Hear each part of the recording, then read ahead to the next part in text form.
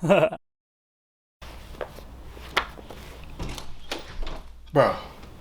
did you play that Scarlet Nexus demo yet?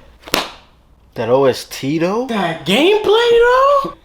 That OST, No, bro. that gameplay though, bro. Nah, I don't think you're hearing what I'm saying, my man. That OST, bro. You're not listening, Come bro. on, I'm about to get bro. mad. That gameplay though, bro. Bro, are you deaf? OST, that shit was insane. Oh, what does that even mean?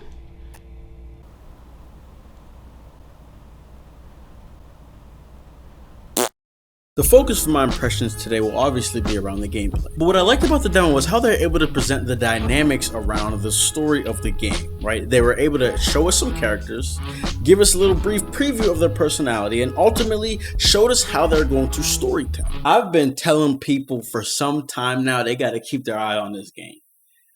But it's just a little bit too early for me to claim the dub. I'll behave for now. Fight! Just today. The game also did a good job of showing its uniqueness in the two most important areas of the game, story and gameplay. And to be honest, this is one of those games where they were just bombarding us with information prior to release. So if you kept up with that at all, honestly, what you saw would have made a little bit of sense. But that's besides the point for right now. What I took out from this demo was the way, again, how they're going to storytell, their little format that they've formulated. I have a theory behind their approach. And I would have to say it's probably because there's going to be a lot of story. And I'm talking about story between the main, obviously the main overarching story, plus the time you might be able to spend. I don't know how it's going to work, but the demo made sure I was aware you'll be able to bond build with your teammates. So at this point, I'm thinking about Persona. That's on my mind. I don't know if I'm overstepping my grounds with this statement, but what I've perceived is deep story-driven experiences that tend to go with less to no cutscenes happens to come from Japan-based teams. Gravity Rush was the first game that came to my mind when I saw how Scarlet Nexus was handling the story. But the way the game has been able to, what I'm calling it, borrow in disguise, is quite fascinating to me. Ask 10 people what this demo made them feel, and I'm telling you, you're gonna get a diverse lineup. And the interesting fact about that is all of those mentions will probably be true in some specific sense. But think about it, we just started this video and I've already named 2. And yes, there's more coming.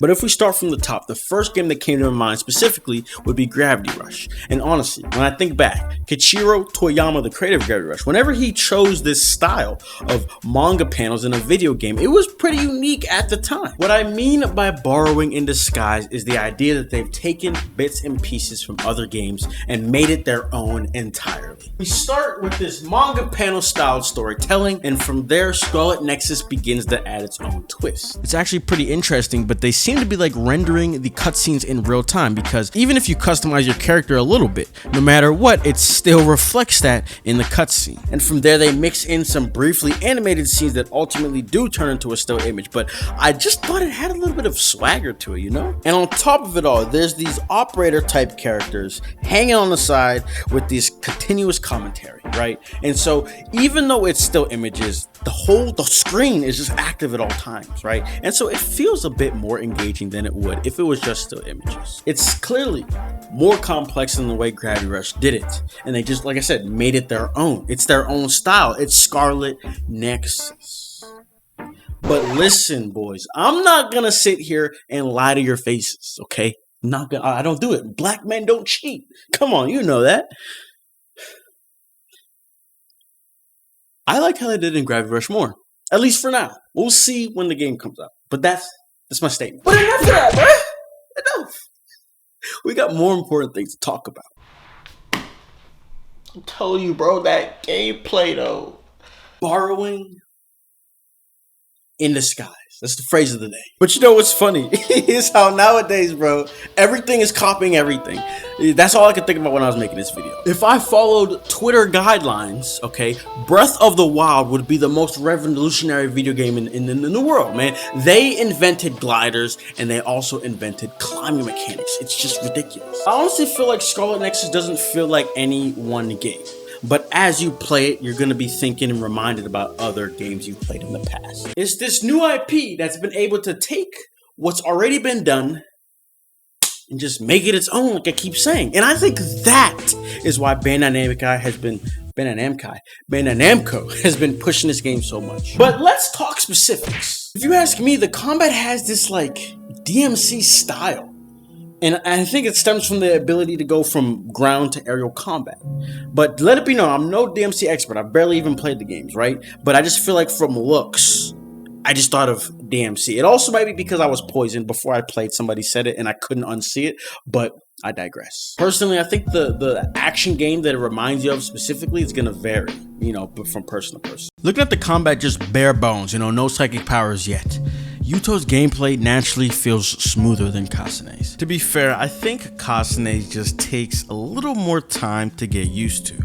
Every time I came back to this demo, it just felt like it was getting better and better, and it was feeling more smooth, similar to Yuto's. Outside of any other specifics that we're going to get into for today, there's QTEs and finishers that honestly add the perfect level of flashiness to the gameplay.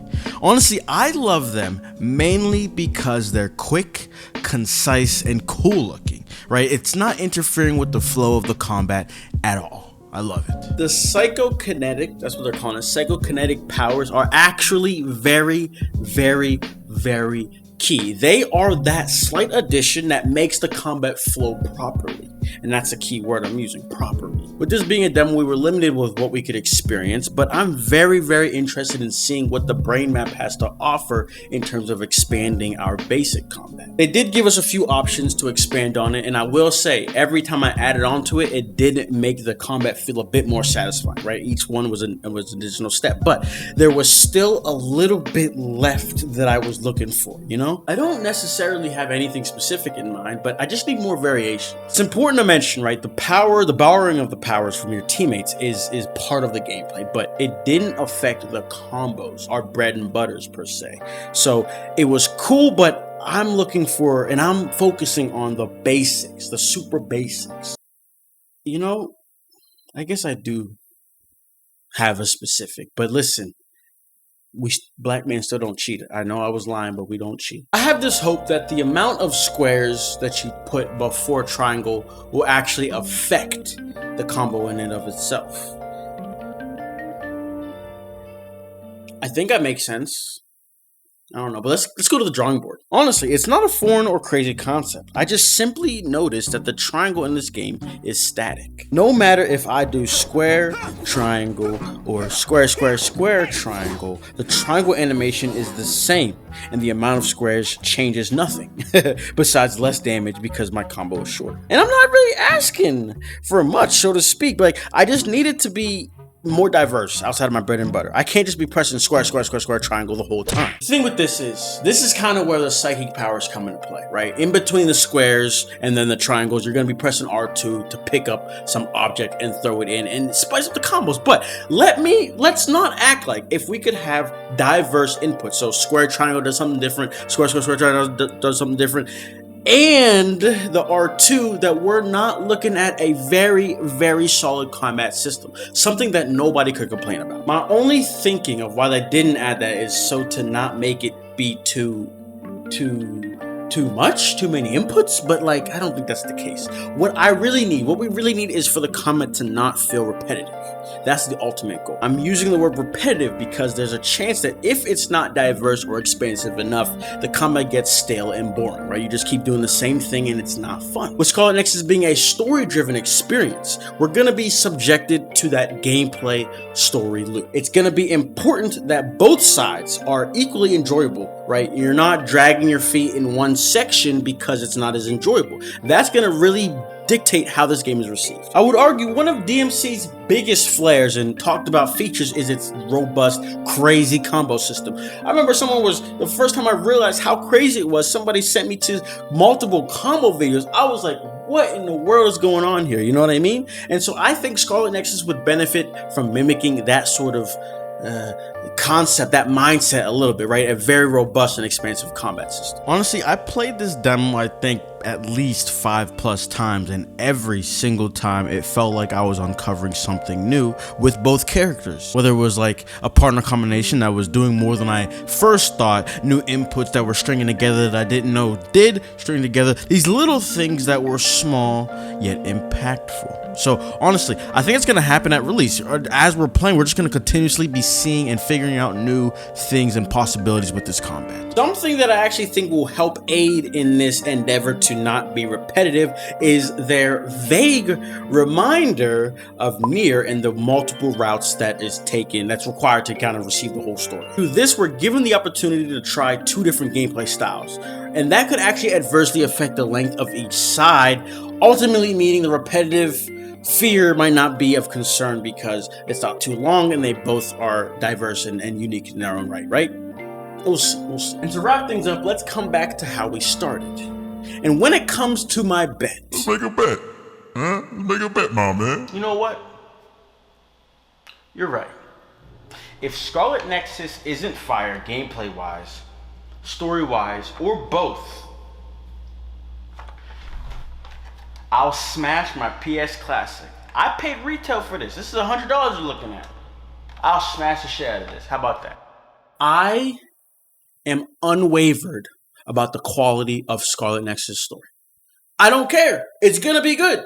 Listen, this whole time I've just been wondering, how is the combat gonna shape up? Because if there's anything I could have guaranteed and told you confidently from just looks and what they were showing us, it was that the story was gonna be good. And I was saying this shit before they announced the anime, before all this. I was like, no. I see a good story here. I got that. I got a third eye, bro. I'm telling you, bro. So let's add it up. How many games did I say Scarlet Nexus reminded me of? And none of them feel like the game. Something like that. I said it already, bro. But listen, I'm curious. How many games did you guys think about as you're playing this game? And I streamed the game the other day, and I heard Nier, I heard DMC, I heard Persona. I think I said Persona, but you get the idea. Let me know. I'm curious to know. But other than that, that's all I gotta say. Let me know what you gotta think about the standing setup. I've always wanted to do this, and I was like, why haven't I done it? I think I could do it, and I could do it. So anyways, that's all I got. Be sure to leave a like, subscribe, and I'll see you all in the next one. Peace.